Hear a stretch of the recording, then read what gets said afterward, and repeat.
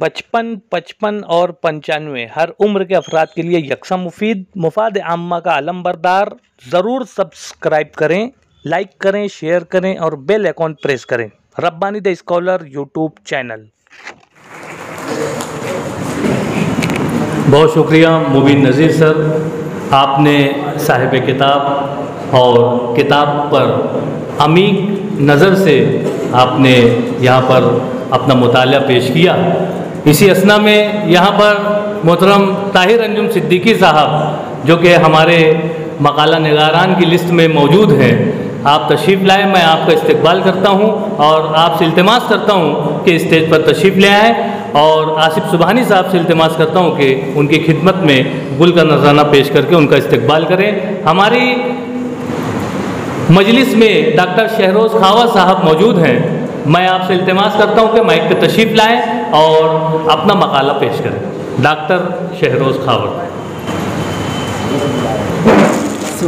बिस्मिल्लाहिर्रहमानिर्रहीम।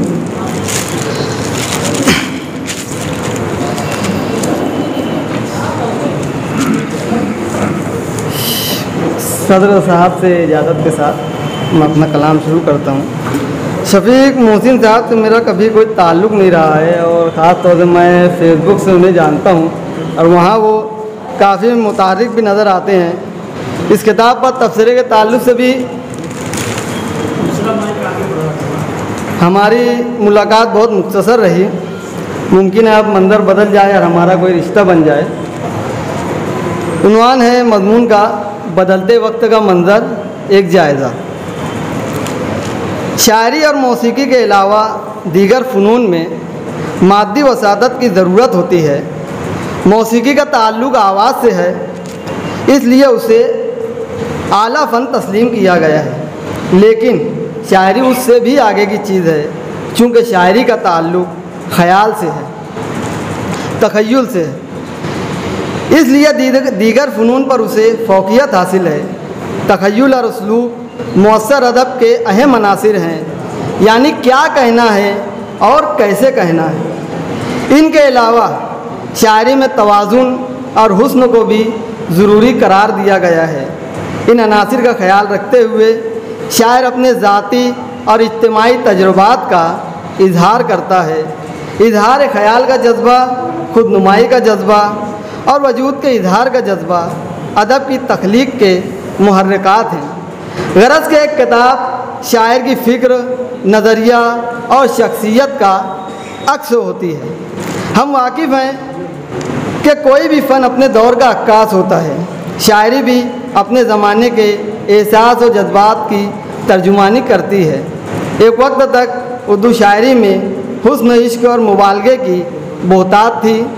अदबी तहरीकों ने मौज़ूआत और हैयत को वसअत देने की काबिल ज़िक्र कोशिशें की और शायरी की बुनियाद हक़ाइक़ व वाक़यात पर रखी गई। इन तमाम बातों के तनाजुर में जब हम बदलते वक्त का मंज़र के मवाद पर नज़र करते हैं तो खुलता है कि जुल्म, दुख, खुशी, इंसानियत और मोहब्बत जैसे चंद मौज़ूआत पर 100 गज़लें कह लेना जुर्रत का काम है।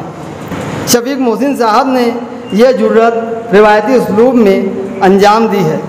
माना जाता है कि गज़ल के हर शेर का मौजू अलग होता है। बदलते वक्त का मंज़र में मौजूआत की कमी और एक ही कैफियत में किसी को हदफ बनाकर मश्क सुगन करने से अक्सर गज़लों में नज़्म के अनासिर दर आए हैं।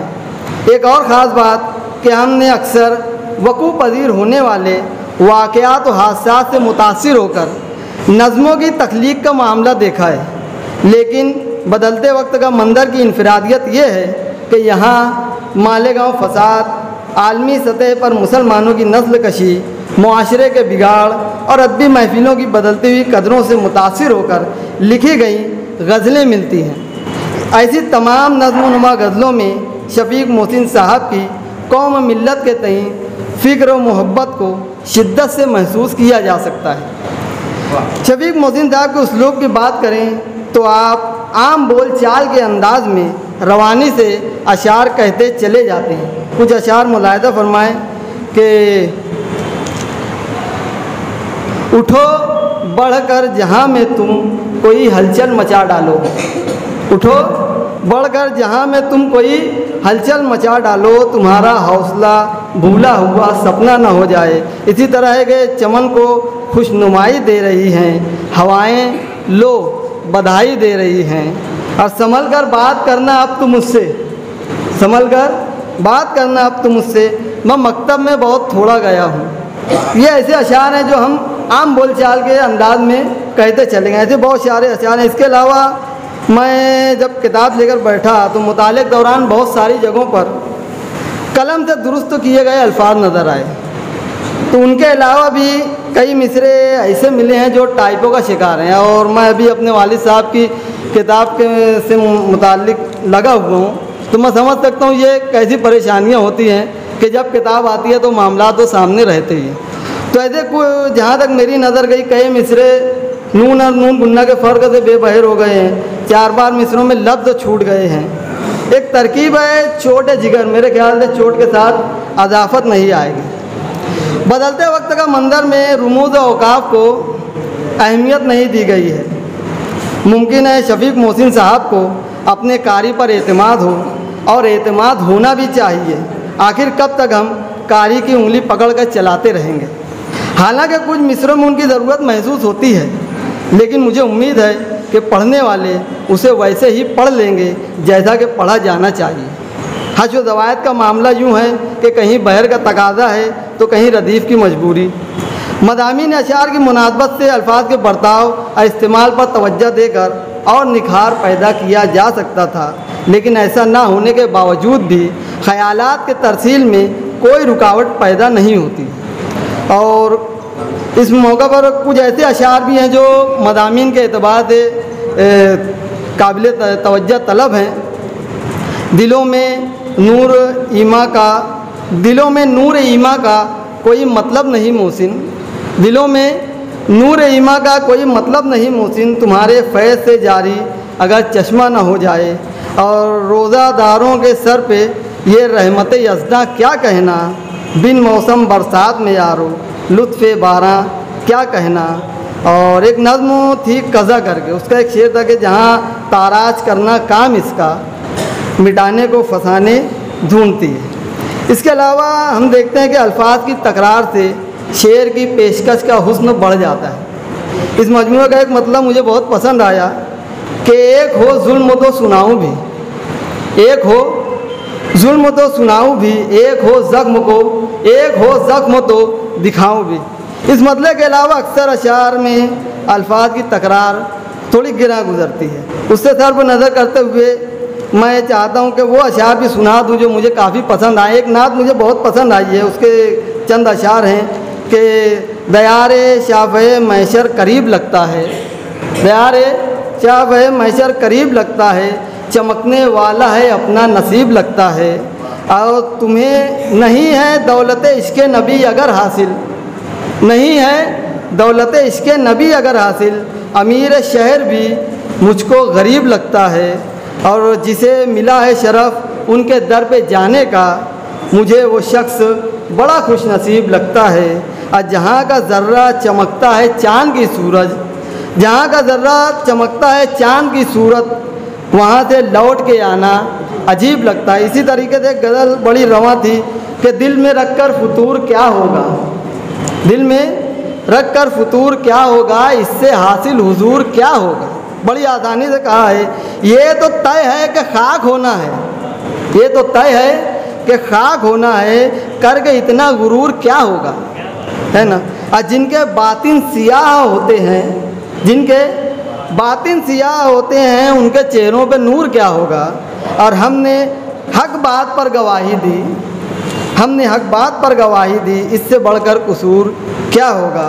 बदलते वक्त का मंजर में 9 हम्द, 4 मुनाजात, 100 गज़लें, 5 नज़्मों, 1 नवा और 1 गज़ल भी शामिल है। शफीक मोहसिन साहब का शेर कहने का अपना एक अंदाज़ है, और वो अंदाज़ हम्द, नात, गज़ल, नज़्म और हज़ल हर सिंफ में यकसा तौर पर देखा जा सकता है। इस मजमूए की अशात पर मैं शफीक मोहसिन साहब को मुबारकबाद पेश करता हूँ, और मुझे यहाँ इज़हार ख़याल का मौका दिया गया, जिसके लिए मैं सदर व अराकीन जिंदा दिलाने मालेगांव का शुक्रिया अदा करता हूँ, और शफीक मोहसिन साहब का खुसूसी शुक्रिया अदा करता हूँ। बहुत शुक्रिया। और मैं आपका शुक्रिया अदा करता हूँ कि आपने बड़े ही अच्छे अंदाज से किताब और साहिब किताब पर अपने तासुरात का इजहार किया। यहाँ पर मैं एक ऐलान करता चलूँ कि किताब जो है वो कीमतन 100 रुपये की है, जो यहाँ बाहर स्टॉल पर मौजूद है। आप तमाम ही हाज़रीन से गुजारिश है कि जाते वक्त ज़रूर एक नुस्खा ज़रूर ख़रीदें। और दूसरा ऐलान ये कि आप आज के दिन जो है वो 80 रुपये में एक किताब ख़रीद सकते हैं। उसी के साथ साथ यहाँ पर साहिब किताब की हौसला अफजाई के लिए फरनूद रूमी, जो कि एडिटर उर्दू एक्सप्रेस न्यूज़ और director the knowledge English school, ये यहाँ पर मौजूद हैं। मैं इल्तिमास करता हूँ कि आप तशरीफ़ ले आएँ और आपने 1001 रुपया नकद देकर साहिब किताब की हौसला अफजाई की है। मैं मोहसिन साहब से गुजारिश करता हूँ कि आप वो तोहफ़ा कबूल करें और एक किताब का तोहफ़ा जो है वो फरनूद रूमी सर की खिदमत में पेश करें। रब्बानी दी स्कॉलर यूट्यूब चैनल इल्मी, अदबी, दीनी, मिल्ली, समाजी, सकाफ़ती, तहजीबी, फ़लाही, तिब्बी, फ़न्नी, माशी, तिजारती, माशरती, इंतज़ामी, इनकलाबी, तहरीकी, तहक़ीक़ी, तकनीकी, तफ्तीशी, तामीरी, तालीमी व मालूमाती यूट्यूब चैनल ज़रूर सब्सक्राइब करें, लाइक करें, शेयर करें और बेल आइकॉन प्रेस करें। रब्बानी दी स्कॉलर यूट्यूब चैनल।